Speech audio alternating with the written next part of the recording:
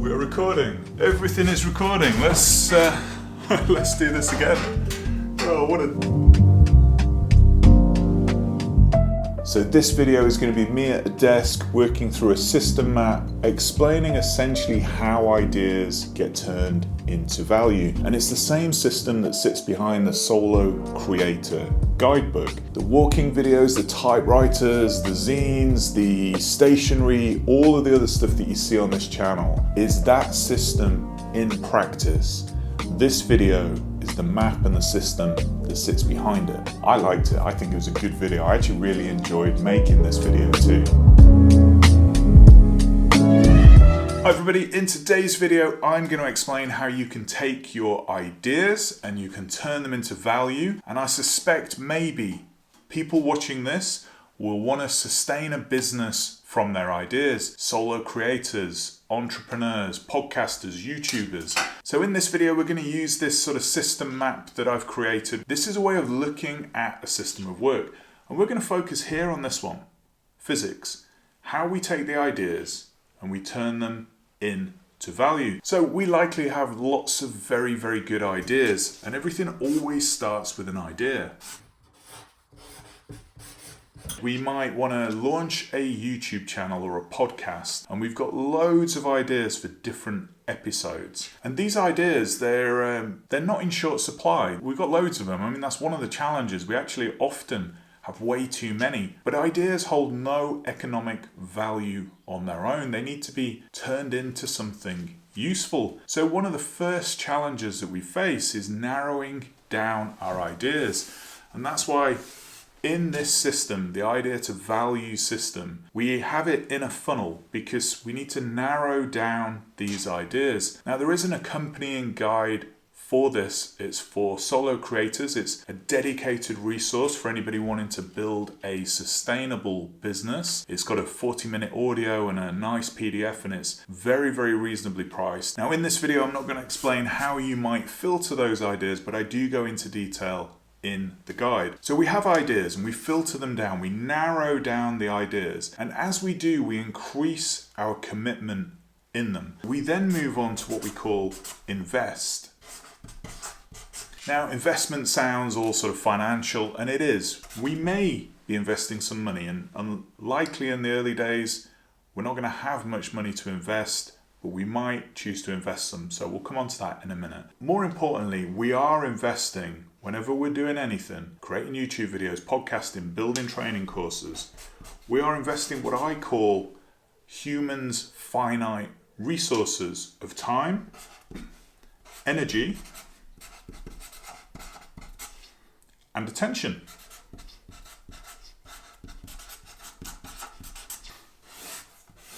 And once we've spent these, we don't get them back. And that's pretty much one of the big ideas behind the idea to value system, is to avoid wasting, squandering, not utilizing effectively our finite resources of time, energy, and attention.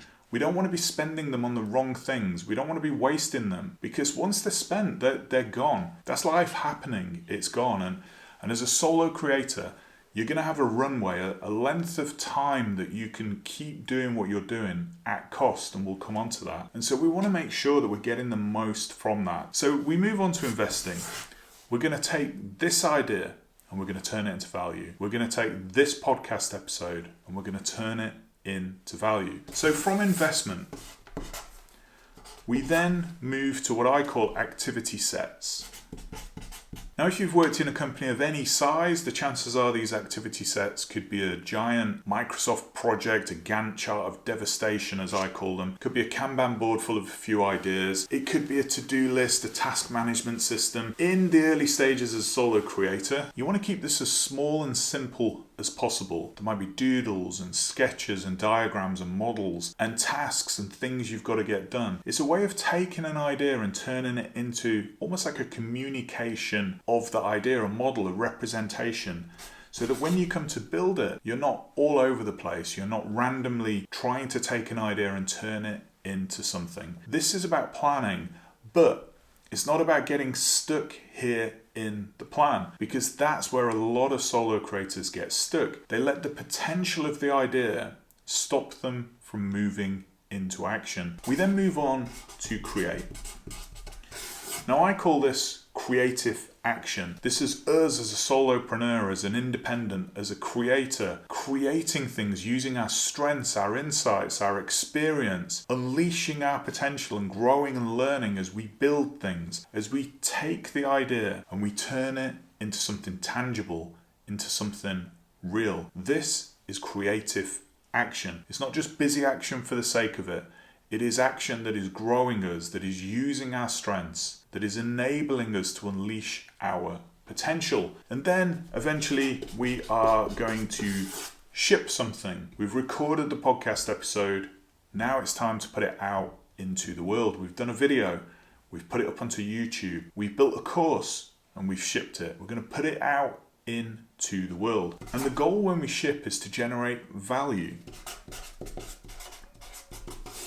Now, the way I define value is 4 particular types. Now, the first one is the one that we're likely chasing as a solo creator, as a solopreneur, as somebody on this journey. And it is financial value. It is money coming into your endeavor, your organization, your business that allows that organization, that business to stay alive. It allows you to keep doing what you're doing. If we don't generate money, we're eventually going to run out of time, energy, attention, and money, and it's over. So the trick is learning how to get effective at going from idea to value, to generating that financial value, and to reduce the costs involved so that we can keep going. We can keep doing what we're doing. But in the early stages, it's unlikely we're going to get that financial value. We're going to be using our runway to get one other type of value, which we'll come to in a minute. Now, the other types of value as I define them is cost reduction. It's unlikely in the early stages you're going to need to do too much of this, but let's say you've overinvested in platforms and licenses and you've bought 100 different systems to allow you to do this. That's all cost. So at some point, maybe you want to be cancelling some services, getting rid of some subscriptions. Also, when we think about going from idea to value, everything inside here, everything inside this is cost. And so the smoother, quicker, faster, more effectively, and then more efficiently we can go from idea to something that we're going to ship that hopefully generates value, the more we can reduce the gap between there, the less cost we incur. And so that is a form of cost reduction in itself. And actually that is what I help big companies do. They've become bloated. It takes ages to go from an idea to value, and it's all cost. However, as a solo creator, we can move fast, we can learn, we can pivot, and that is going to enable us, it's going to allow us to shrink that gap, to get better. The next type of value that we're going to look at is what I call enablement. Now, enablement keeps your organization, you as an individual, it keeps you operating. It's pretty tricky to have a podcast, a successful podcast with subscriptions, if you don't have a podcast hosting platform, if you don't have some of the tooling that you might need to, sample the audio or harmonize the audio is what I'm thinking of. So think about gear, think about legal requirements, think about accounting, think about tax returns, all the kind of things that when we invest our time, energy, attention, and money in them, they do not directly generate revenue, but they do allow us to keep operating. That is enablement, and we're going to have to do some of that, setting up the YouTube page. Maybe we need some gear to record, although keep that as minimal as possible. We might need accountancy service, we might need to pay for a financial planning tool or something, we might need to pay for GDPR. There's all sorts of stuff that we're going to have to do. Doesn't generate value, revenue value, but we've got to do it, otherwise we won't be able to keep operating or even launch our project in the first place. And then the fourth and final type of value, which is the one that you will be chasing, certainly in the early stages as you go through this,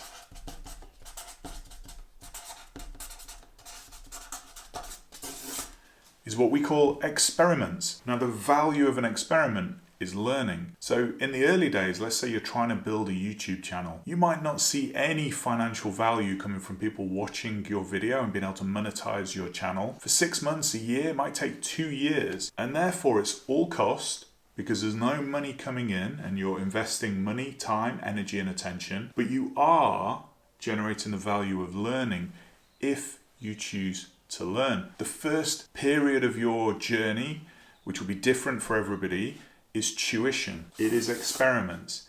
Every video, every podcast, every client meeting, every sales call is an opportunity to learn what works, what doesn't, what resonates, how to get smoother, quicker, and faster at going from idea to value, to shipping something. Also learning about what resonates, what gives you energy, what drains energy that you really don't enjoy doing. There's a whole load of learning that happens all the way through this, but we have to see it. We have to learn from it. We have to, retrospect on it. And in the guide and the audio, we do cover a lot about communication signals being actually the feedback and the learning opportunity that we need. And so as you can see, this is why a lot of solo creators give up. They maybe expect financial value sooner than it's going to arrive. They maybe don't appreciate actually, and I'll be honest, a lot of people in very big organizations don't understand this either, that everything between idea and this financial value, everything including these types of value down here, they're all cost.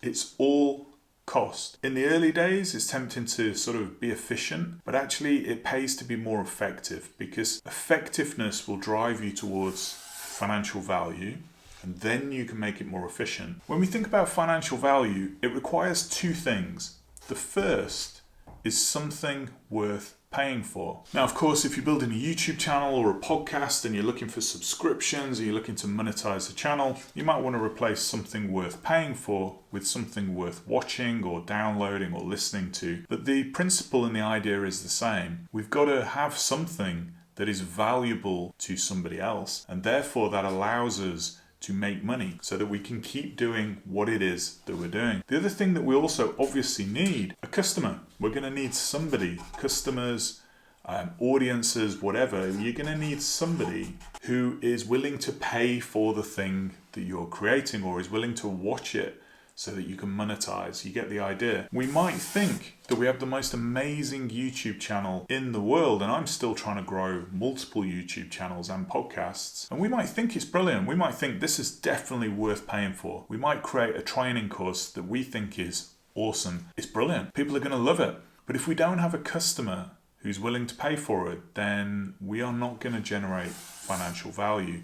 Of course, we could learn from it, which is what we should do, but we need both of those. But as you put videos out, you'll find which videos resonate, you'll find which podcasts resonate, you'll find which course ideas resonate. And of course, we get to decide here how much to invest. We don't necessarily want to invest 2 weeks of our time, energy, attention, and money in building a brilliant course if we don't know whether that course is going to be well received. So we might invest a little less. We might build the first 3 modules. We might put it out there, do a bit of marketing to see, to test whether or not there's value in this idea.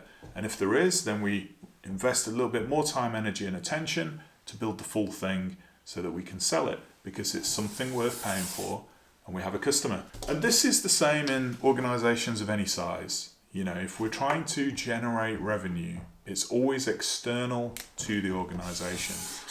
It happens outside when a customer buys something worth paying for and they give you the money for it and you can choose what to do with that money, reinvest, scale, grow. That's how businesses grow. But everything in between there, including these 3 types of value, everything here is cost. So the question then for solo creators is essentially how long can you afford of money, time, energy, and attention to keep running at cost until financial value occurs? And more importantly, it's probably equally as important, is how fast and how quickly and how consistently can you learn as you go through this process, putting content out, of generating sales meetings and learning why it does or does not work. How can you learn as you go through this? Because the faster that you can learn, the more insights that you get, the more chance you have